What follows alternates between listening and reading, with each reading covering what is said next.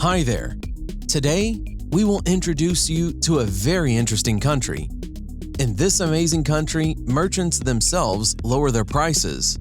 Some 40 years ago, this region was considered one of the most backward and seedy on the planet. Now, this country is one of the safest places on Earth.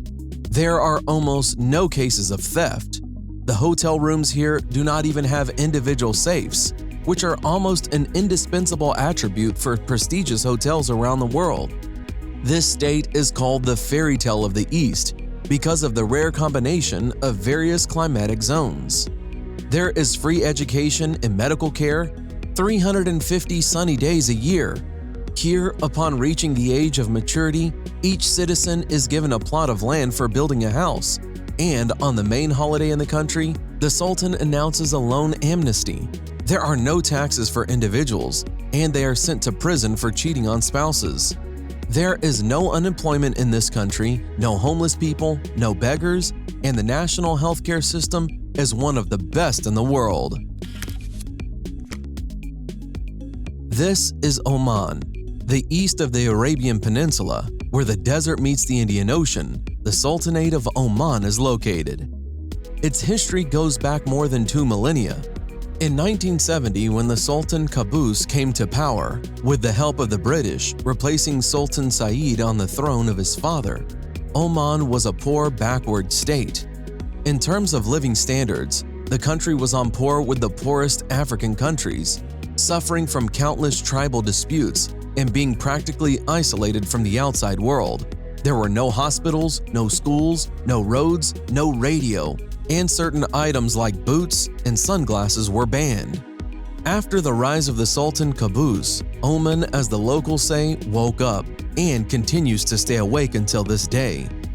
In this country, there is an absolute monarchy, which is also a rarity in our time. Sultan Qaboos bin Saeed has ruled the country since 1970. Many portraits of him hang throughout the city. Arabs themselves are so enthusiastic about him. They speak of the love they have for their ruler. Over the past 40 years, the Sultan managed to get the country out of poverty.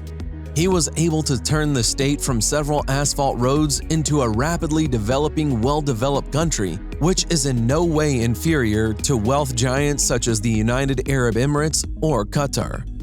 Oman has the advantage of being an ultra-rich state due to the production of oil, which makes up 64% of the country's GDP, and the state manages to maintain its identity, which is in contrast to the UAE, in which the skyscraper race is being conducted. Of course, the state treasury received revenue for the sale of oil, or rather, not just the treasury, but the Sultan's chests.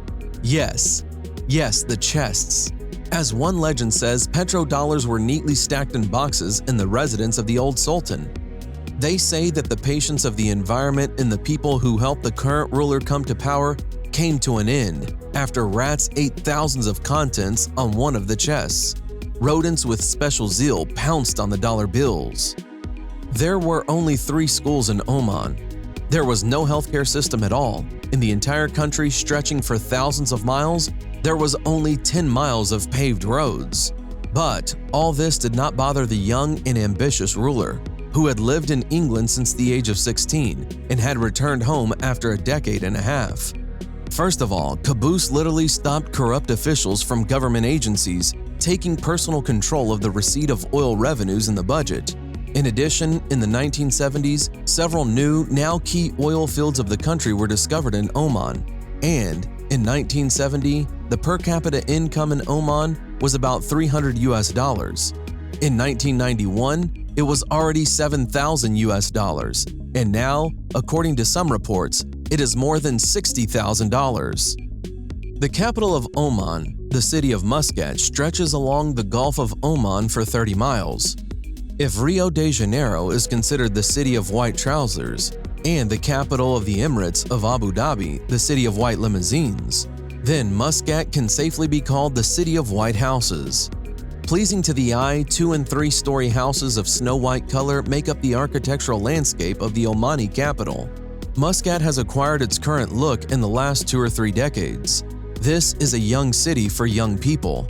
The mayor of the capital said that more than 60% of the residents are young people under the age of 30. This is an incredible rate. Muscat has 350 sunny days a year. In July in the shade, the air temperature does not fall below 105 degrees Fahrenheit, but in fact stays near 120. Rescue from the heat passes behind the shade of the blinds, under the cool air conditioners and a cup of unique Bedouin coffee. Oman is considered the most secular country in the Persian Gulf. Here, unlike neighboring, more conservative monarchies, women can apply for any job. They work as taxi drivers, police officers. Here, ladies have the right to file for divorce, and for the reason for the dissolution of the marriage may be not only for betrayal of her husband, but also the dissimilarity of characters. But the court is trying the best to save the family. If the husband is guilty, he is obliged to help his wife financially up to the moment when she remarries. Girls are getting married there rather late for the Muslim world, usually 23 to 24 years old. Everyone is trying to get a higher education. Oman is the first country in the Middle East to allow women to hold office and power. Now 4 Omani ministries are headed by ladies. A woman in the family is very respected. Mother's word is a law, not negotiable.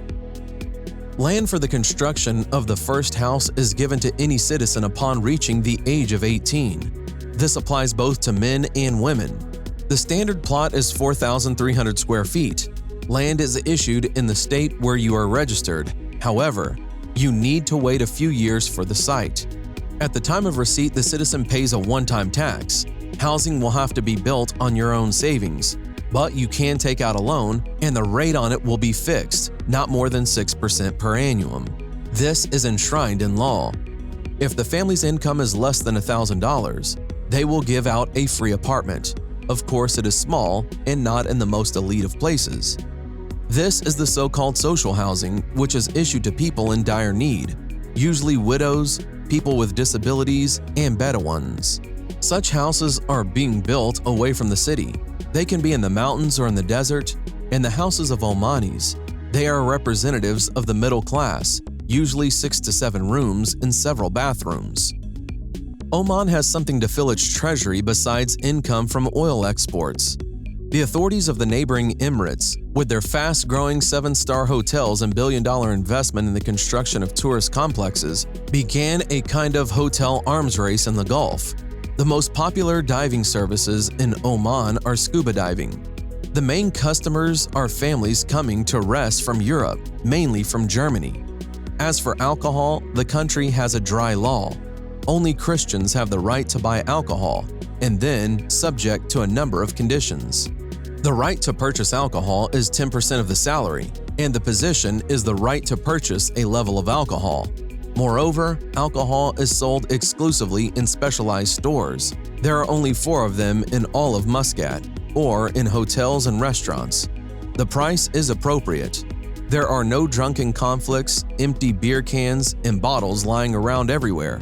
Only silence, calm smiles from the locals who are very friendly. What else is needed for a normal and, most importantly, healthy society?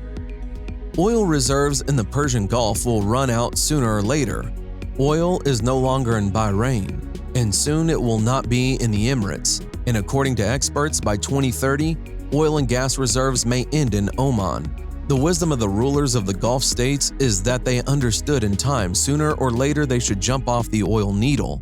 Sultan Qaboos has put forward the Oman 2020 program. Its main postulate is that by 2020 the country's economy should no longer be oriented towards black gold. Now the country is preparing to take advantage of its largest asset, natural gas. Proven oil reserves in Oman are 5.3 billion barrels. This is a very modest indicator, and at the current rate of production, reserves will only last 15 years. For comparison, Saudi Arabia's oil reserves are designed for 70 years, the UAE for 100 years, Kuwait for 110 years. People living in Oman do not just love their sultan, they idolize him. And this is their attitude: gratitude for what he did. In every office, hotel, store, a portrait of a monarch is always hanging. Poetry and songs are dedicated to His Majesty. Scarves with his image, cups, mugs, and even phone stickers are sold in stores. And that's all for today. Write in the comments what you think about this country, and don't forget to put like if you like this video. Thanks for watching. Subscribe for more.